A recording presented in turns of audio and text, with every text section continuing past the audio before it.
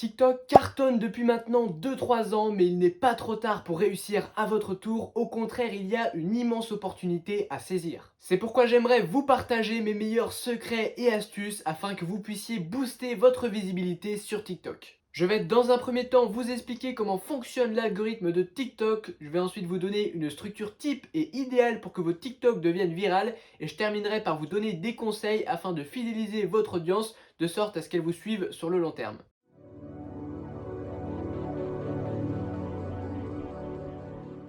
Pour choisir une bonne stratégie de contenu, c'est-à-dire produire du contenu approprié selon la plateforme sur laquelle vous êtes, il faut d'une part comprendre l'algorithme, en l'occurrence ici celui de TikTok, mais également comprendre les attentes des viewers. On commence donc avec notre première partie, je vous partage donc les secrets de l'algorithme de TikTok et vous allez voir qu'il est assez particulier. Ce qu'il faut comprendre, c'est que puisque TikTok a connu un succès très rapide, eh bien pour le moment il y a proportionnellement un nombre de créateurs par rapport au nombre de viewers beaucoup plus important que sur les autres réseaux sociaux. Et en plus de ça, le format court fait que les gens regardent beaucoup de vidéos puisqu'ils swipent très vite d'une vidéo à une autre, ce qui fait que lorsque vous allez publier un TikTok, eh bien vous allez assez rapidement faire des dizaines, des centaines de vues, bon peut-être pas des milliers si vous êtes débutant, mais en tout cas vous allez rapidement faire un minimum de vues, et ce qui fait que l'algorithme va avoir une idée très rapide des performances de votre TikTok. En fait, ce qui se passe, c'est que l'algorithme teste votre TikTok en le montrant d'abord à une poignée de personnes, donc quelques dizaines comme je vous l'ai dit,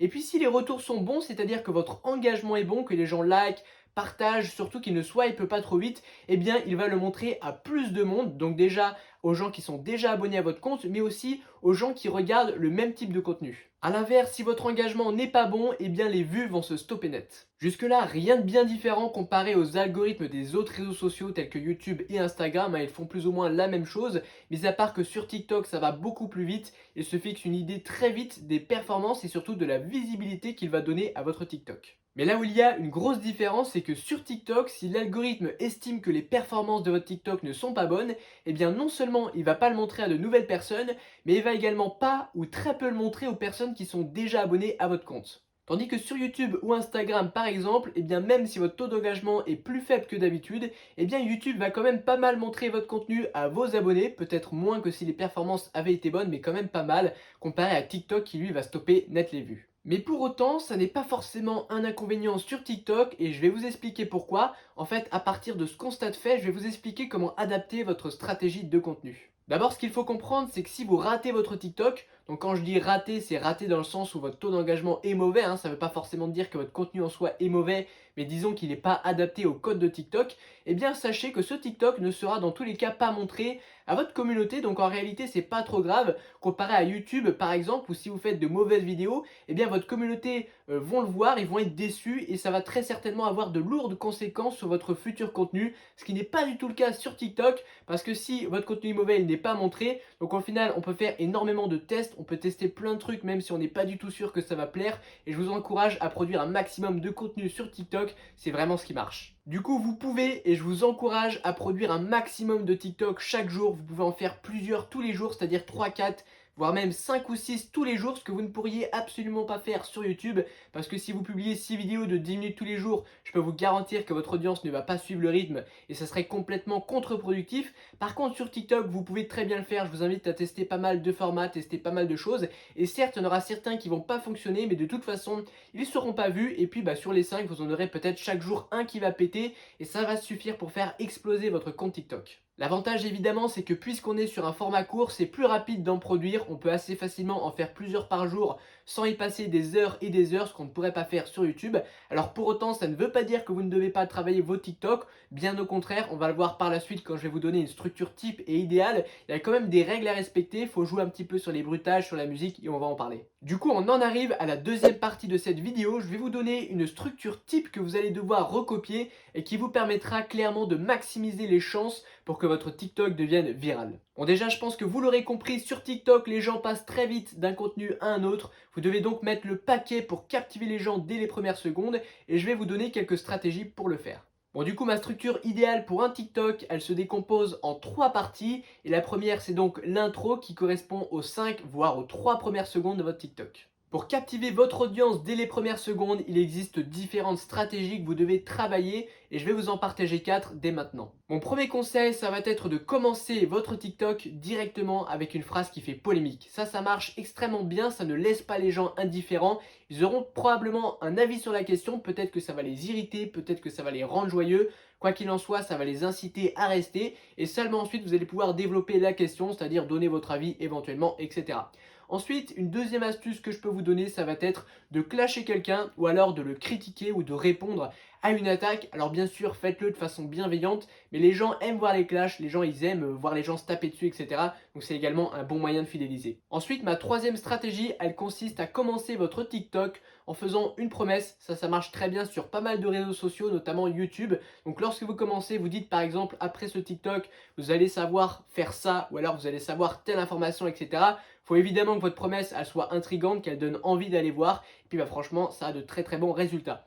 Enfin, ma quatrième astuce, elle consiste tout simplement à jouer sur le suspense ou jouer sur l'intrigue des gens. Donc ça peut passer par une simple image que vous allez montrer qui va susciter l'intrigue. On a envie de savoir, vous pouvez par exemple cacher une partie de l'image dans laquelle le reste de l'image donne envie d'aller voir cette partie de l'image ou des choses comme ça. Ça a également joué sur l'intrigue des gens, ça donne très très envie, les gens sont curieux. Bon déjà, si vous avez réussi à maintenir le spectateur dès les premières secondes, c'est une bonne chose de faite. Malheureusement, ça ne va pas suffire, il faut également que les gens restent un peu plus longtemps afin que l'algorithme rende votre contenu viral. Du coup, la deuxième partie de ma structure idéale pour un TikTok, elle consiste à chercher à susciter une émotion chez la personne qui vous regarde. Il y a des émotions qui fonctionnent particulièrement bien sur TikTok. On pourrait citer notamment la tristesse, la nostalgie ou encore tout ce qui est mignon. Ce sont des émotions qui marchent très très bien, qui suscitent de l'engagement. Vous pouvez également utiliser de la musique, c'est-à-dire choisir des musiques appropriées qui vont vous aider à susciter des émotions chez le viewer. C'est vraiment super important. Enfin, la troisième partie de ma structure idéale, elle consiste à faire un appel à l'action. Vous pouvez par exemple demander aux gens de liker ou de commenter votre TikTok. Ça va susciter de l'engagement et qui dit engagement dit visibilité puisque l'algorithme adore ça. Par contre, il faut le faire habilement, c'est-à-dire que vous devez le faire de manière drôle si possible ou alors le faire en le mettant en lien avec votre TikTok. Vous ne pouvez pas tout simplement terminer votre TikTok en disant s'il vous plaît mettez un petit like ou un commentaire. Non seulement c'est lourd mais en plus les gens vont se barrer et ça va faire l'effet inverse. Donc voilà, si je résume, la structure idéale d'un TikTok, ça commence par une intro extrêmement percutante qui vise à captiver l'audience dès les premières secondes. Ensuite, vous devez essayer de susciter une émotion chez le consommateur de sorte à ce qu'il reste sur votre TikTok. Et vous pouvez terminer par un appel à l'action pour booster la visibilité de votre TikTok.